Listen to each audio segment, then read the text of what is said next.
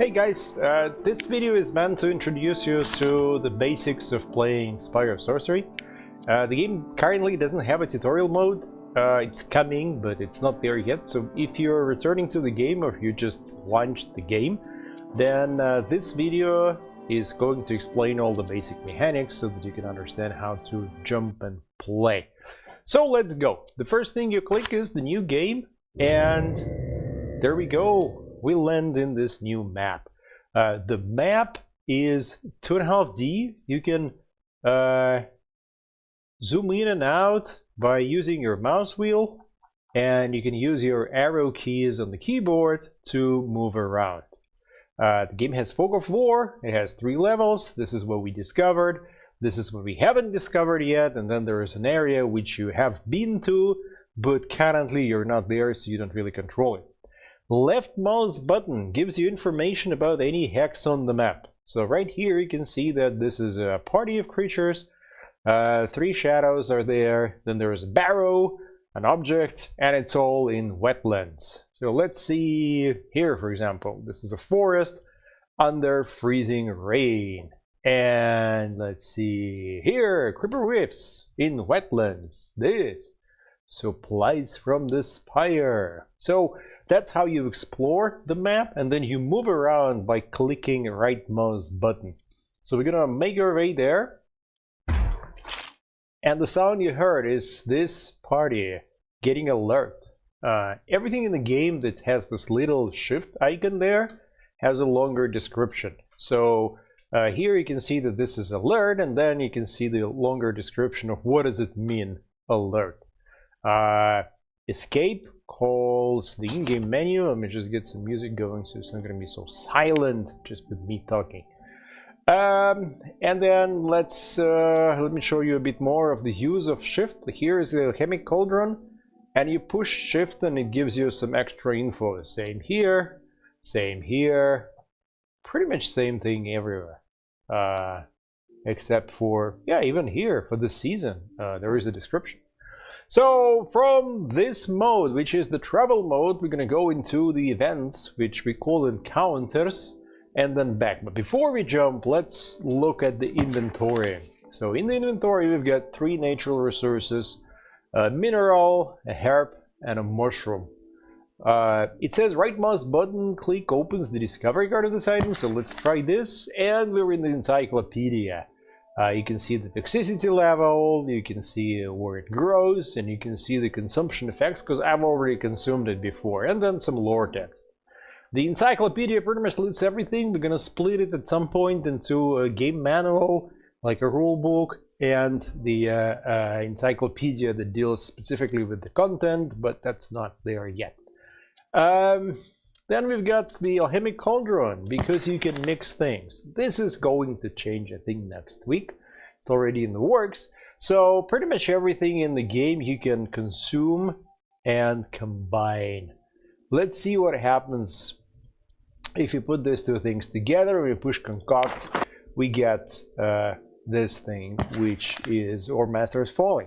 It can be used in the event, where it creates the effect burning ground. It can also be consumed, and then you become immune to fire. That's pretty much the case for all the alchemic items used in the encounters. If you discover a recipe, it shows up here. If you haven't combined things before, then you don't really see it. So here we have different resources and the results, because I've done this before and I had these combinations. Let's just see something else. So here I got a smoke bomb, and then let's see if I will, yep, flames in the gut, soldiers booming. Okay, the next thing you need to know is player profiles. So let's see, left mouse button click there. This is the portrait, this is the name. You can edit the name if you want. Some people like it, some people don't. This is the expulsion button. At the moment, it's not a thing. I don't really think you need to do it. This is the dream of this character. So again, here is the list of, why and you need it. At the moment, the dreams are purely lore, but eventually we will allow to fulfill them. Now, what does the character has? Health. how much damage he can take. So he can take 4 damage in the event before he is dead. And then these 3 little dots, that's the potential. So you can see that he's frail, he has only 4 health, but his potential is 7. So you can improve that with certain alchemy. Next is resistance to poisons. Poisons are nasty because they happen in events and when traveling. And poison self-propagates. At some point it just rolls the dice. So that's not good. And he's very easy to poison. So I will be very concerned if he gets even 1 poison. Endurance is used in the event. Endurance is how much extra actions you can take. And if your endurance will be full with fatigue, then it starts to give you damage. Courage displays how much you can take fear, how much fear you can take before you run away from the encounter. So it's not going to kill you, but it will cause you to run away. Immune system deals with infection. Infection you can get traveling as well as in the encounters. If you get infection, a full bar of infection, then it's going to give you a random disease from the Book of Diseases. And we'll talk about diseases a bit later. Memory is very important. It's how many spell elements you can have in the spell formula that you cast. So here we've got 5. 5 is great, and the potential of 7 is awesome. Digestive system, that's his weak point for this specific character. It shows you, so here we have a number 3. Let's look here. This is the toxicity of the herb. 0, fine. The mushroom has 3, so he can eat the mushroom without any consequences. Let's eat the mushroom. Yep. And when you eat resources, they change your visual appearance. When you eat the alchemy, they give you different effects. Here, you've got this bomb and this bomb. They have toxicity 6. So he will consume this. Because 6 is above 3, he's going to get 1 poison. And I definitely don't want that to happen. Same for this. So let's take a look at her, or maybe him. His digestive system is much better, 5, and can be upgraded up to 6, so he can eat those things without a problem. His memory is also awesome. It's 6 up to 9. It's very, very, very good. So depending on the characters and their potential, you may want to develop certain strategy. Now, these are the elements in the deck of elements. We'll talk about them when we go into the event. And the 4 slots. This is for dressing up. This is for equipment, amulets or some artifacts. This is for reading books. You can have a Book of Elements in the Abandoned Palace that will allow you to manage your deck a little bit. And this is for consumption. This is where you drop stuff that he's gonna eat. So, without other delays, let's jump into the encounter. This chest with the supplies from the Spire is seated always next to your starting position, so you can get a few alchemic items before you really start having problems. So, for every event, you appoint 3 characters to represent your party. I'm gonna choose her, him, and him. And there we go.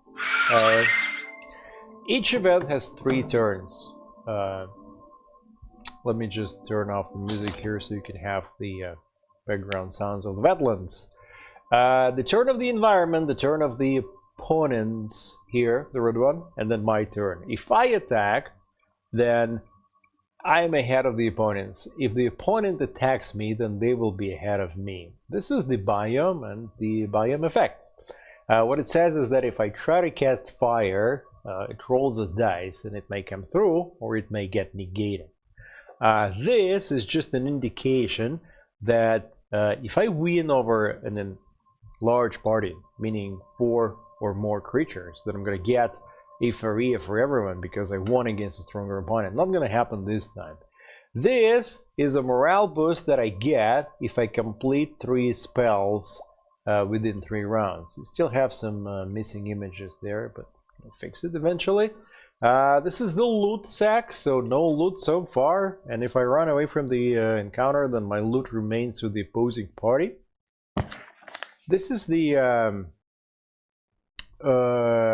alchemy that I can use. So I cannot use, let's say, boosters, like boost my health during the encounter, but I can use those alchemic items and I can consume them, or I can just throw them out.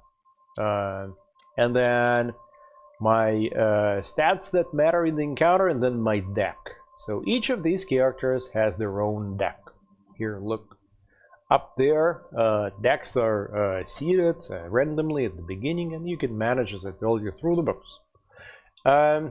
From this deck, 3 elements are drawn, and then when they go into discard after being used or discarded, they end up in here in this. So this is important to look and to manage in terms of assembling certain spells. Now the spell book looks like this. You navigate by different sections. So these are the spells that give you acid, the dispelling spells, restorative spells, and then combination spells, which actually require 2 different spells combined together to do something. How do you find out what you should do with this chest? At the moment, you just right mouse click, and you can see that this chest requires 1 dispel and contains all that stuff. I mean, I know it because I've done it before. You will know it after you've done it once. So 1 dispel. Let's see. 1 dispel is this. And I can get away with it in the first turn. How do you assemble it? Click on the element, click on the formula. And different characters can give their elements to the same formula. Once it's cast, it's going to go back to their decks. So this goes here and this goes here.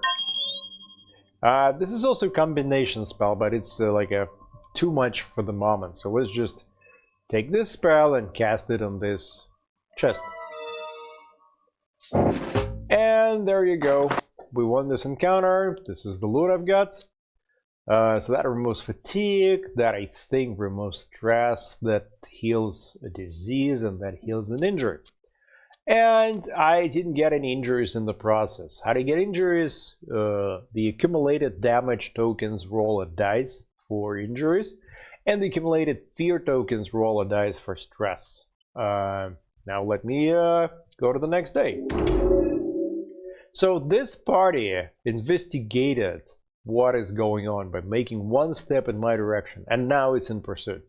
So in pursuit means that they're going to try to get as close to me as possible and attack me. 1, 2, 3. I think they will attack me this time. So I'm going to go here and just, you know, collect the resource. And the party lost me. I'm out of their range of vision. So I think for the moment it'll be fine. But I heard another sound, so someone else is looking at me. Well, let's skip this day. Oh, there you go. That's who is there. 4 speeders. While I'm not in the mood to engage with them, I would like to show you some other events. These are the weather effects. So let's see, freezing rain. The encyclopedia is not yet full, but what it will say when we're done with it is that freezing rain is in effect, and if you have a battle here under the freezing rain, then you're going to have to deal with frost being issued to you all the time. Now, this is the regular chest, so let's see if we can open it. Oh, and it's got a bunch of things going on. So this is the rain, the hail that I meant. It gives everyone 1 token of cold every round. This chest also has enchanted protection, so a random party member will get damage or fear or blindness or paralysis for each point of condition that we issue to the chest. And this is a protective barrier that gives a random party member 1 damage. So that's a really well protected chest. I wish it were not the case. But we have to do what we have to do. So I'm looking for someone with a lot of courage and a lot of health. She's got a lot of health. She's good. Now, I'm getting my cold. And let's look what I can do with the chest. 3 damage. 6 acid, or 6 cold does it, or 6 fire. And there's another effect that's just started. It's falling debris, and it gives 1 random damage token. Not sure why it activated. Well, I'll have to check it later. A lot of things are going on, so I want to get out of here as soon as possible. How do I do it? Well, let's see if I can maybe fill this frost progress bar and be done with it. I'm gonna look at frost, and this spell gives 3 and this spell gives 2. So probably gonna go with this. Yep, I can do it. So within the first round I've assembled it and I've cast it, and now I need 3 more. But what I got right now in return is this protection that returned it to me. So when I'm out of my actions and I can do 1 free action per turn, I can get more actions by concentrating and getting the extra fatigue. But I got a long endurance bar here, so I'm pretty fine with this. Let's see if I can get another frost going. Like that. Yeah, I'm pretty sure. So I'm getting 1 extra fatigue, so I can make an action. Same here. Same here. So far so good, right? And now I just need 1 more. 1 little frost. Right here. Who has the cold elements that I need? 2 and 3. She's got the most. So let's get some fatigue and reroll. Alright, you can see that I'm getting into the dangerous territory here. But if I cast the 3rd spell, then morale boost will remove at least 2 of them. So now I just need 1 more element of cold. So let's see if maybe he can. Nope. And well, all right. Nope. Okay. Nope. If I'm gonna do the extra action here right now, she's gonna get 2 fatigue and the other 2 will convert into damage. But I'm going to do it anyway. I have no choice, basically. Oh, 5! Should I take 5? 1, 2, 3, 4, 5? Well, I'm gonna risk it, yes. Because that allows me to finish the encounter. And we got the inspiration from completing 3 spells in 3 rounds. Now, this is the loot, some of the more refined items there. And no one got injuries. That's surprising, because she had the full bar of injuries, but whatever. I mean, I guess we got lucky. What else is there to teach from the basic mechanics? I think that's pretty much it. The calendar is based on seasons. Every season lasts 10 days. Different seasons have different... I don't know if we have it in Encyclopaedia, actually, so let's see. Oh, I don't think we have. We've got the weather effects, and we've got all the different tokens, diseases. So while we're here, the diseases, they have minor, moderate, severe forms, and then they become chronic. They don't progress, but they don't self-heal, so you have to take care of them to remove them. Injuries are a bit easier. They progress to the easiest form. So if you have, let's say, a dislocated shoulder severe, after 10 days it's going to become moderate, and then minor, and then it's going to be healed. But I don't think we've got seasons yet. So these are all the objects and all the creatures that are in the game right now. In different seasons, different creatures and resources spawn. And certain creatures die in certain seasons, so I think shadows, they all die at the start of the maiden season, which is good if you want to go to the barrows and not have to deal with them. The goal of this, here's the lightning, by the way, don't get there. Like the lightning, do we have that explanation somewhere, I think? Oh,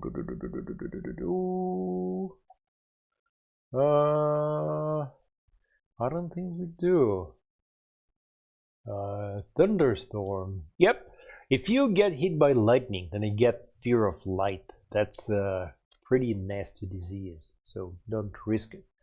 The goal in this prologue, in the current version of prologue, is to get to about here and find the magic node that you can activate and finish this prologue. There is 8 creatures, or 8 types of creatures on the map that you can battle with, coming in different combinations.